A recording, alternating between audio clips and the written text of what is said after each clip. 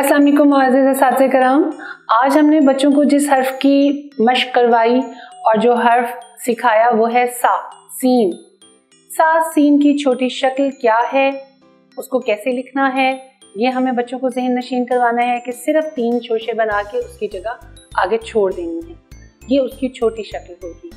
छोटी शक्ल से आगे हरूफ हम मिलाएंगे तो वो कोई लफ्ज़ बनेगा, जैसे सीन, अलिफ, सा, रे, हे, सारा, या सायरा, या सीन, वाव, रे, जीम, सूरज, सा, सूरज, सा, सायरा, सा, सीढ़ी। बहुत से अल्फाज जो सीन से शुरू हों, सा की आवाज़ निकालें और छोटी शक्ल के साथ अगले हरूफ के साथ मिलाकर लिखे जाएं। बच्चों को यही बात बार बार याद करवानी है कि छोटी शक्ल के साथ अगले हरूफ के साथ जब वो मिलेंगे तो ही कोई नया लफ्ज़ बनेगा। हम पूरे सीन लिखकर कोई लफ्ज़ नहीं बना सकते, उसकी छोटी शक्ल हम लिखेंगे और वो आगे से लफ्ज़ बनेगा। बच्चों को मुख्तलिफ अशकाल सामने रख देते हैं और कहें कि यहाँ से सा से शुरू होने वाली जो जो चीज़ें हैं वो बताइए।